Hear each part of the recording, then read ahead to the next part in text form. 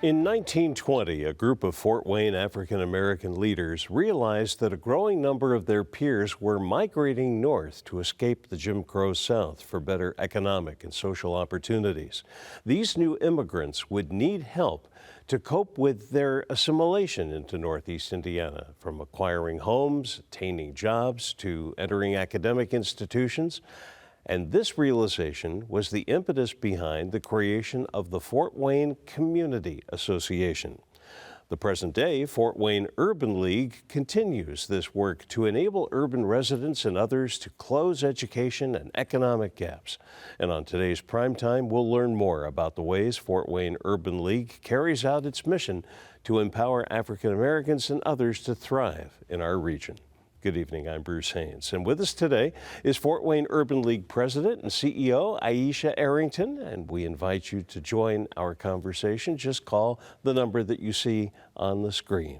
As we show you, all of us here present, there is Aisha. Thank you so much for being here. Oh, thank you for having me. It's a pleasure. You know, I have to also note, too, that for the sake of math and realizing 1920, when Fort Wayne is coming together with the association, they are only lagging the national urban leagues coming together by only 10 years. I mean, that's quite groundbreaking to have both efforts going on simultaneously. Yes, yes. Well, and you know, all the urban leagues really began around that same time. So, you know, we call it the Great Migration, you know, when Black people were fleeing the South because of those Jim Crow rules, the harshest of them lynching. And so when you have a great number of people moving from the South to the North, especially Black people, there needed to be services put in place to help those folks get jobs and housing and pursue opportunities. And Fort Wayne is quite fortunate in that regard, because I believe in Indiana there are 3 urban leagues. We have one up in Gary and Yep. Indianapolis, I think. Yep, Indy and Gary, those are our 2 closest urban leagues to Fort Wayne. And so it is one where you are the Fort Wayne Urban League, but I'm assuming the reach then ripples out to the contiguous counties and that kind of Yes, absolutely, as well. Absolutely. And with the affiliate relationship like that, and being then connected with the National League since about 44?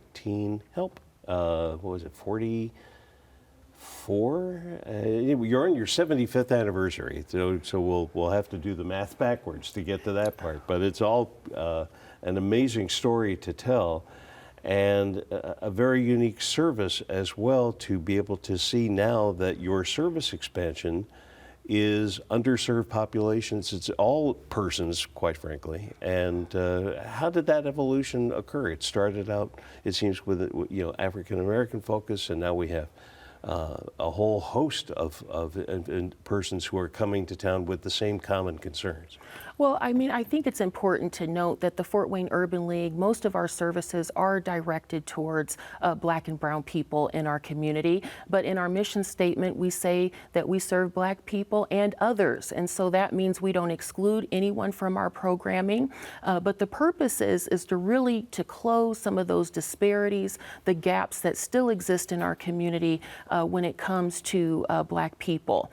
And so if we look at the State of Black America's report that the National Urban League releases every year, the 2023 report says that the Equality Index has improved by 2.7% over the last 20 years. But if we continue at that pace, it will be 180 years before Black people are actually equal to white people in this country. And so there's a huge disparity there, and that's why the Fort Wayne Urban League is still needed, unfortunately, because we need 180 years. I won't be here, you won't be here. That's too long of a wait for justice for the people that we serve in the community. Right. So how does one even begin to think of closing these gaps? Where there's no wrong place to start, perhaps, but how do you get those projects and initiatives in order so that there can be a future where empowerment knows no bounds?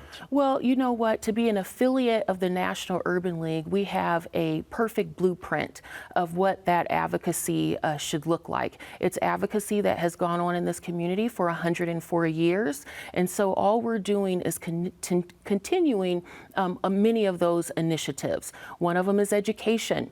We know that if kids are reading and on grade level, they have less of a chance of going to jail or prison or being shot and killed. And so education's always going to be an important pillar of the Urban League movement. So is, economics, getting people into good paying jobs and making sure that they can compete at a professional level for some of those jobs. Employment's always going to be part of the Urban League movement, as well as, social advocacy. It's been something that we've always done, and it's still needed. We were all reminded of the need of that during George Floyd, of course, but it's something that stays with the movement, because as long as we still have racism and discrimination that plays a part in how Black and brown people are treated in this country, we have to make sure that we have some social advocacy efforts going on always. These are the outlines to what is described as your 4 pillars, and around these are a variety of powerful programs that span age ranges, that span across the city, starting perhaps on that education piece. Lots going on there, because with that proper credential, the world is, in fact, a happier place. How do you make those classroom connections?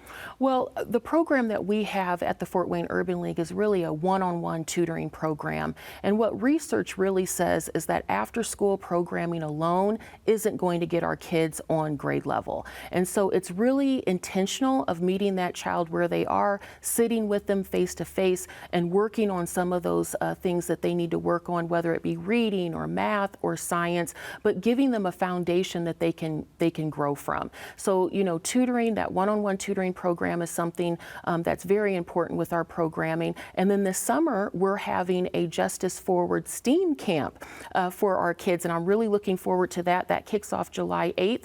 We're partnering with Civic Theater to provide some acting. We're partnering with Allen County Soil Preservation. We're going to plant a sunflower garden and then dedicate that garden to families who have lost loved ones to gun violence. We're going to have some hard conversations, reading the book The Hate You Give by Angie Stone, but really just kind of open up ways that our youth can get involved with making the community a fair and just place for everyone.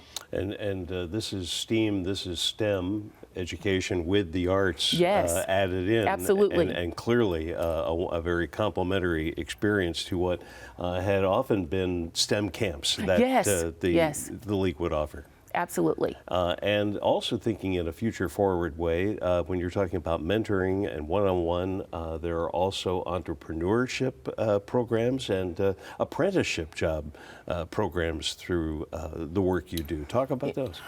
We've always tried to provide some type of training to get folks into jobs, and so that's always been part of it. Right now, we do not have any trade programs going on, but those are things that we are looking at. We just wrapped up a partnership with the NIC, Northeast Indiana Innovation Center, where we gave people education on opening their own business. So whether they wanted to start a business or just become knowledgeable of everything that they would need to do to be successful as an entrepreneur, those classes were offered at the Fort Wayne Urban League. And those were really great classes for people to just educate themselves about what entrepreneurship really looks like. And so we were grateful to partner with the NIC to provide that. Yeah. The neighborhood piece is also one where it could be applicable to any of us within the sounds of our voices, particularly the idea of the Federation of Block Clubs. It sounds like a great society. How do I sign up? Yes, well, it's just an opportunity for neighbors to really work together on issues that concern them. So we did kick off our beautification projects, which is a part of the Block Club movement. We're giving funding to our neighbors that live on the southeast side, $250 where they can beautify their porch porch, their lawn, work together with other neighbors who also can receive funding just to beautify their block. And really, that funding is to help with some of the stigma of living on the southeast side. There's pride there, there's roots there, and we want people to have an opportunity to really beautify their neighborhood in a way that they feel proud. And they do that by working together with other neighbors. I think it's important in this day and age to know who our neighbors are. The Black community was always very strong in knowing who we lived by and working together. That's the only way we were able to make it through some of the things that we had to make it through. And so we want to get back to some of that. We've lost our way just a little bit, but we want to make sure that we're supporting our neighbors, that we're understanding what their needs are, and that we're working together to create a safe, healthy community. You know, the idea of improving a community neighborhood by neighborhood and then having community dialogue within that neighborhood or across the city, you've taken on something in 2024 which has been perhaps familiar to some as they hear about this notion of the race card project, but this has been a winning hand, it seems, to engender conversation. Why don't we start at the beginning? What is the race card project? The Race Card Project is an initiative that journalist Michelle Norris began in 2010. Many may remember her because she used to work for All Things Considered with NPR. She was on that segment. But in 2010, she printed off 200 postcards and left them around town with the question, give me your race or identity story in 6 words. She didn't know what she would get back. And postcards started coming back where people were giving a 6-word essay of what they felt about race or identity. And so it's been over a decade now that this has been going on. This past winter, Fort Wayne Urban League reached out to journalist Michelle Norris and her team asking, hey, could we partner possibly for the month of February during Black History Month and open up this conversation right here in Fort Wayne? And we were thrilled when they allowed that partnership to happen. And we're seeing in a very slow roll some of the cards here on the screen that were completed. What hopes did you have for the project as you were setting it up, and how have those hopes been realized now that you can look back at it?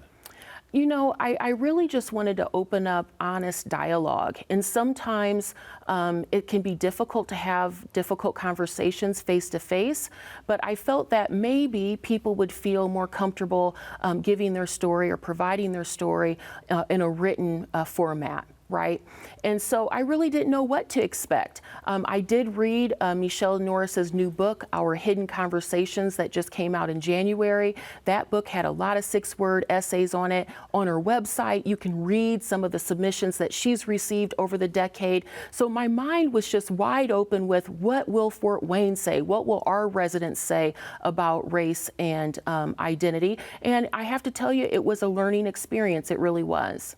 I understand it was several hundred responses, like north of 300 or something we like that? We received a little over 400, but we were only able to use 300 submissions because just about 100 of them did have some kind of violence in nature. And so we weren't able to use those as part of the project, but 300 of them we were. And some of them, I would like to put a couple of these up and have you talk about them. They are the 6-word response, but then there's some additional narrative that goes with it. Let's share one of those. For example, this one about recognizing fear of the unknown. So it's beyond the 6-word phrase, but it allows apparently the contributor to provide some context. Sure. There were a couple of different ways that people could actually submit their 6-word essays. Some of them were at our physical sites with our partners. The YMCA of Greater Fort Wayne and the Allen County Public Library allowed us to have physical race card tables in Fort Wayne, so people could go pick up a card, write their 6 words, drop it in a box, and then we'd pick it up. But then we offered a way that folks could submit their submissions online. And if they chose to do do it online, there was also a way for them to give a little backdrop of how they maybe came up with their 6-word essay. And so that's where you're getting some of the stories from.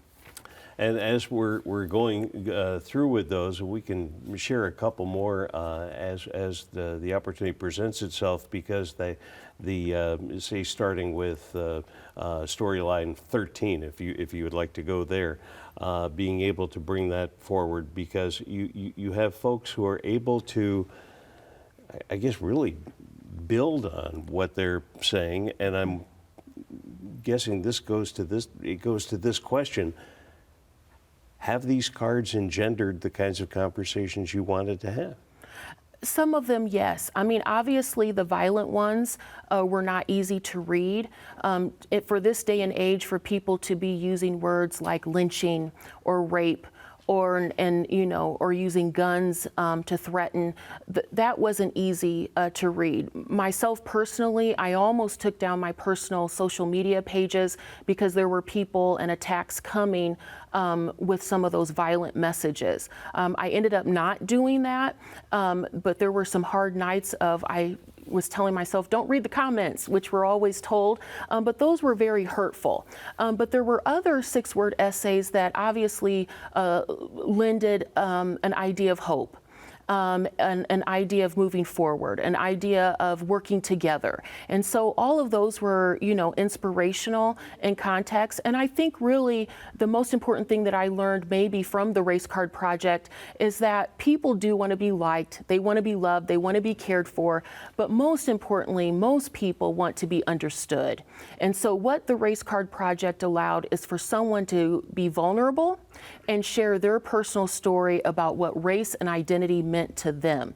And in that vulnerability, then the reader could receive someone in a way that maybe they wouldn't be able to receive had it be, a verbal conversation. Mm-hmm.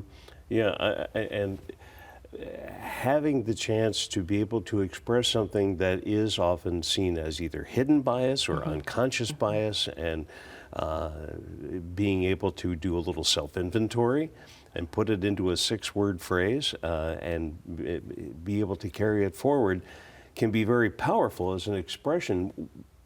How do you channel the powerful expressions now into something that perhaps carries the spirit of this initiative forward? Well, one of the initiatives that Fort Wayne Urban League is working on is supporting the Crown Act. For those who don't know, the Crown Act is an initiative to really bring awareness and protect Black and brown people to be able to wear their hair in a natural state in school and in the workplace, okay? And so some of the cards that we got rephrased what some people were feeling about natural hair, and there were comments like, no, you may not touch my hair. And so anyone of color who's ever had braids or curls and had people come up touching their hair totally understands that 6-word essay. But it lended us an opportunity to have a talk about hair, to have a discussion about the Crown Act and why it's important for Fort Wayne to have that conversation, to educate some of our employers and the school system about why hair is so important. And just a few months back, Fort Wayne Urban League received a call from a parent whose child got accepted into a private school. I won't say what private school. The student wore dreads and was a football player, and the student was all ready to go, had been, accepted into the school, and right before football season, that student was told that he needed to cut the dreads or he wouldn't be able to play football. And none of that was discussed before he accepted that admittance into that school. And so some people may never know that those kinds of things are going on here in the community. And so obviously that card opened up a whole important conversation about hair and what that means in the community and why Fort Wayne Urban League should be advocating against some of those things happening. Right. Before we came on air, you were also sharing that it looks like there's an opportunity to go back through the cards to try to do some analytics, maybe, or to do a little chin scratching about some of the way yeah, the well, responses like you came said, over? so we have over 300 cards Yeah. that we're using, that we were able to use in the project. And so we're fortunate that Follinger Foundation has partnered with us, working with a research team and an intern that's going to be able to put data to these cards. So we'll be able to share maybe what the climate of race and identity is here in Fort Wayne, and maybe have a little bit of dialogue about that. One of the cards referenced Vernon Jordan being almost assassinated here in the city. It was downtown Hilton. For those who don't know, Vernon Jordan was the National Urban League's president and CEO at the time, and he was walking out of that hotel and was shot. He was rushed down to St. Joe Hospital, and luckily his life was saved. That happened in 1981, and that's just a little historical story that came out of the race cards that someone felt the need to write that down and share it. And we have it up on the screen, and you can see how it complements or works with the other card that you're viewing now. It gives us context. Yes, absolutely. Absolutely. And we should share again that if you would like to look at more of the race cards that were a part of the project, you can go to the Fort Wayne Urban League's website. There is a particular, there it is, for that and a whole lot more with some of the other programs we've been sharing. But right next door to that image is one that shows the race card project specifically as a URL. And you can go to the race card wall. This has been, as you say, in motion for about 14 years, and it's a wonderful way forward. And as folks have been completing cards, there's still time, I understand, perhaps to paint rocks. Absolutely. I'm glad you brought up that project. Our late Mayor Henry honored Fort Wayne Urban League with a Ruby Bridges Day, November 14th, the exact day that Ruby Bridges integrated an all-white school in New Orleans. And so we celebrated Ruby Bridges Day last year. And after his passing, we had some thoughts of what else could we do with Ruby Bridges. And so we're having a painted rock trail, a trail of hope and courage, honoring Ruby Bridges. We've received painted rocks from all over the city, Ivy Tech, Allen County Public Library, the Ewell A. Wilson Center, MLK Montessori School, Girl Scouts.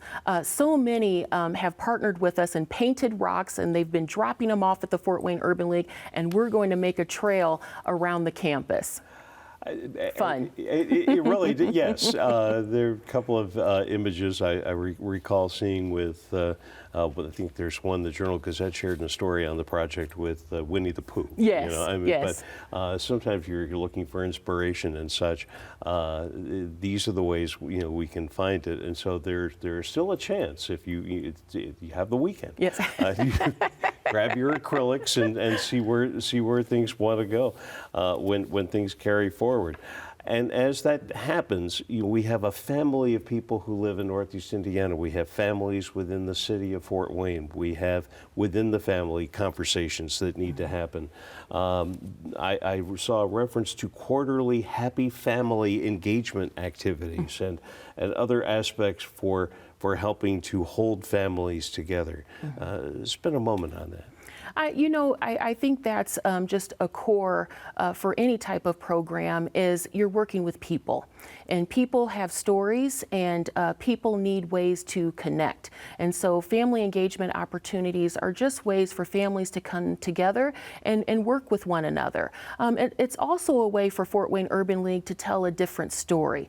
There's a story that Black dads aren't involved in their children's lives, and that's absolutely not true. When you look at data, Black fathers outworked any other father of any race in the country when it came on to hands-on care, changing diapers, running kids to daycare, picking them up from school, going to field trips. And we need to be talking about that. And so family engagement opportunities just allow us to have some of those conversations and empower families to continue the work of working together and working as a unit and being strong together. And within that reach too, time enough to perhaps touch on something that deserves more time, the Youth Empowerment Program for those 14 to 24 looking to move through. That is an important group around which to be sure there's a spotlight. Yeah, absolutely. And what we're trying to do with our youth in that age frame is just really to empower them to live the life that they want to live. Part of that is going to be our STEAM camp this summer, having some of those hard conversations about what justice looks like in our community, but really giving our youth some initiatives to work on, like the Ruby Bridges Rock Trail, and why it's important to keep that story out in the community. They're working along with us with our banned book campaign that will kick off again in June. Why is that so important? Because there's so many Black authors and Black stories that are in those books that are being banned. And our youth needs to be educated on the history of some of those authors and the stories that are being banned that way, so that they can be empowered with making great decisions for their own life. There's just so many opportunities for our youth to really lead us sometimes. And so leaning in and giving them an opportunity to really tell us about what they're feeling and how they want to work on some of the issues that they see in the community, I think is really important. And it is all part of the work and service of the Fort Wayne Urban League. Again, you can find out more about them online, fwul.org. And when you go there, you'll say, I remember Aisha Arrington because I saw her on with PBS Fort Wayne. You really did. She is the president and CEO. And thank you again. Oh, thank you. It was a pleasure. And for all of us with Primetime, I'm Bruce Haines. Take care. We'll see you next week. Good night.